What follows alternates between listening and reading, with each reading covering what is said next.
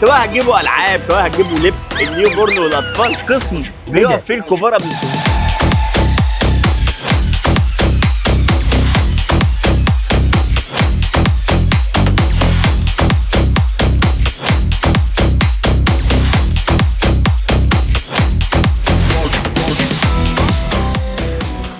سانوفلس.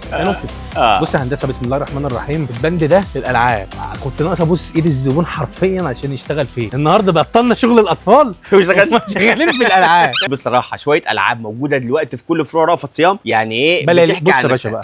عندك اوريك بقى ايه حاجات انت لو مش شغال في الاطفال هخليك تضطر شيء. بص مايوهات عوامات بقى. بص يبقى احجام خرافيه. سفينه طبعا بتتنفخ بتوصل لمرحله بتشيل فيها اكتر من طفل. ديت في مقاسات 71 سم في 60 سم، ما شاء الله مساحتها حلوه جدا. تمام. غير بقى التشكيل بتاعها، عندك عوامه اللي هو القز اللي هو مثلا لو طفلك ما بيعرفش يعوم وحضرتك محتاج تلبس له اللايف جاكيت. طبعا كل ده موجود. هتقول لي انت اشتغلتوا في الشغل ده امتى يا عم رأفت؟ اقول لك احنا غلطنا ان احنا ما اشتغلناش فيه من زمان. بصراحه يعني والله يعني العظيم فعلا لما انا اقول لك ان انا غلطت في حاجه اعرف ان انت اساسا لسه قاعد في البيت. الاستايلات هنا والالعاب والله كبار وصغار حاجات مميزه جدا لازم توفروها في محلاتكم. طبعا الالعاب بقى بتاعت اللي هي تنميه ذكاء الاطفال. طبعا ابنك قاعد قدام التليفون وانت يا باشا مرتاح وبتجيب له تخلف وانت ما تعرفش ليه؟ بالك. عشان انت عايز تتفرج على الماتش.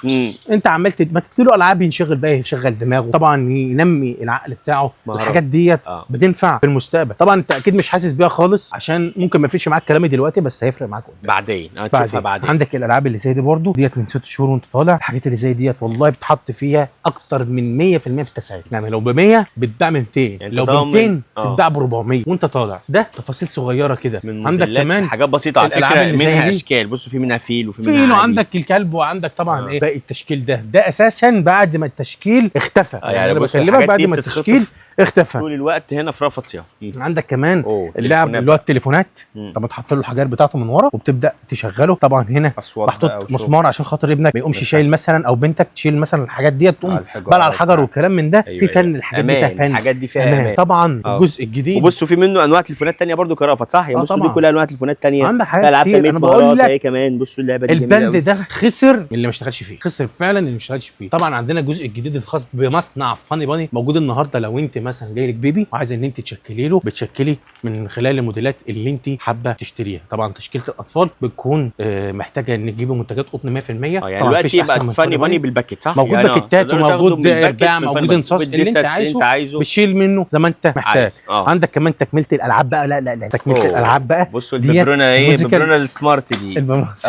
بصوا تنفع حصاله، يعني ميزتها اللي هي ايه؟ شغاله ببرونه وشغاله حصاله. ديت مجموعه العاب متكامله بالنسبه للطفل. حاجات بسيطه يا جماعه، بدل ما انت تلهب تلفزيون او موبايل او الحاجات اللي زي دي بتاخر تفكيره، وانت في الاول وفي الاخر المضرور مش هو والله. بس زي ما انت شايف كده ايه، العاب للطفل في الاستحمام في البانيو. الحاجات ديت سيليكون امنه جدا على الاطفال يا جماعه، عشان خاطر لو يحطها في بقه والكلام من ده. ديت شغل بنهتم بجودته قوي قوي قوي. طب تكمل بقى الحاجات اللي اعلى من كده شويه. ابننا كبر وبقى عنده 1.5 سنة وحب ان خلاص بقى بدا ايه يقف على رجله شويه. عندك الالعاب المشايه الذكيه بقى، دي بيسموها المشايه الذكيه. المشايه الذكيه ديت بيقف عليها، خلي بالك يا هندسه والله.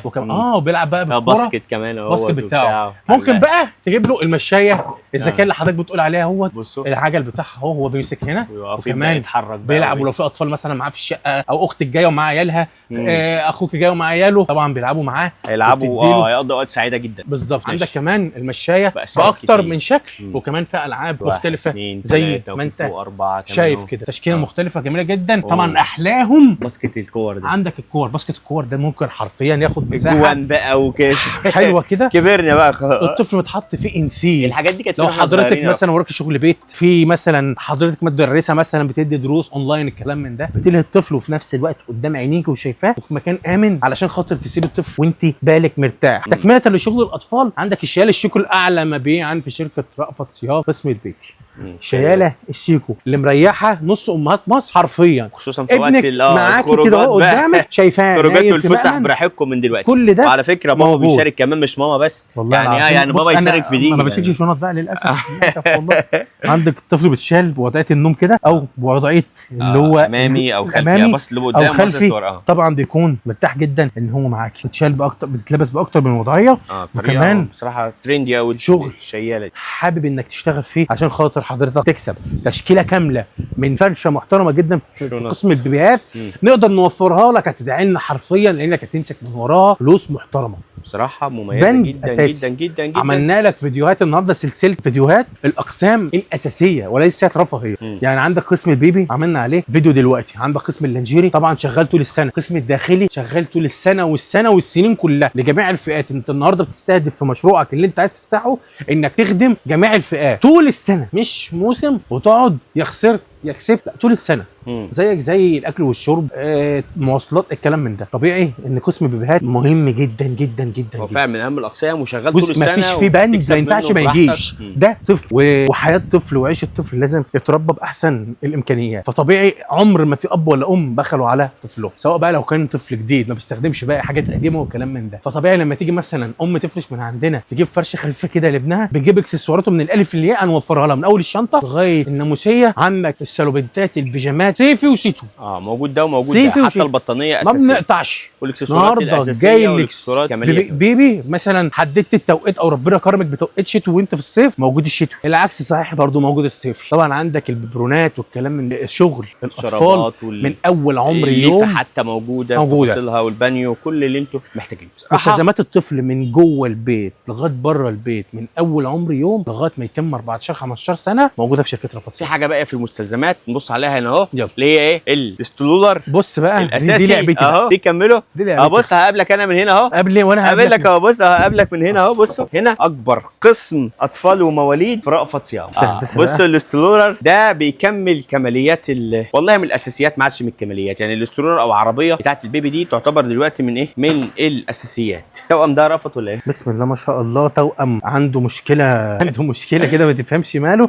طبعا انا عملت فيديو مطول عن العربيه دي يا باشمهندس. انا عايز اقول لك ان انا رأفت والله مرتاح بسببها. ايوه مرتاح. انا ما بشيلش يا فندم، انا بودي واجيب واعمل كل حاجه فيه، بشيل مستلزماتي تحت اهو حرفيا. بنتي مثلا لو هي مثلا لقيتها قلقانه مثلا ان انا مش قدامها، اقوم رافع دي حضرتك بس كده موديها الناحيه الثانيه، شايفها وانت خلاص هي شافتني ارتاحت كده خلاص. فبالتالي ما فيش بقى زن ووجع دماغ والكلام بتاع ايه الاطفال ده. جميل. نايمه سايب ايه الوضعيه دي كده، صحيت بقوم انا شايل بقى ايه الاثنين ما تفهم لهمش حاجه دول. اكون بشيل البت كده رافع يا فندم. بص باسهل مما تتخيل. تبقى وضعيه جلوس بقى مش نوم. بص انا برفع. ايوه باينه خالص. براحتي اهو ان شاء الله. لو خلاها بص ايه بصوا طبعا كرسي طعام بقى تحط له اكله لو كبر شويه بتاع زي ما انت شايف كده ايه بينزل ويطلع على حسب ما انا بنزل كده الطفل ايه قاعد قدامي، بقفل له حزام الامان عشان لو طفل مثلا ايه بيتحرك او شقي شويه او مثلا بيحب يتقلب وكلام من ده. هنا طبعا فيه ثغره هياخد باله منها. الناس القديمه اللي ما كانتش تعرف ان الطفل لما بيقعد هنا ويتقل يقول لك ده ابني كبر، انا ما عدتش عارف اتحكم في العربيه. يعني بمعنى في معظم العربيات اللي هي رخيصه دايما تلاقي ان العربيه ما عادش تتحرك، العربيه دي ما فيهاش كده، او الاسترول دي ما فيهاش كده. ايوه ليه؟ علشان هي ستريت مستقيمه وخامتها حلوه. لو الطفل قاعد هنا حرفيا او طفلين قعدوا اهو ما تنزلش يعني دي يعني كأن كده عربيه فيها مساعدين بالظبط. يعني هي زي العربيه فيها مساعدين من المعنى البلدي. عندك هنا اماكن حفظ مثلا الميه بتاعته، الاكل بتاعه، الشرب، الكلام من ده غير ان في ناموسيه عشان خاطر لو انت مثلا قاعد على البحر. يعني تعتبر دي كامله. سرير ينام فيها، عجله يقعد بيها، كرسي طعام ياكل منه. مشاكل ليا انا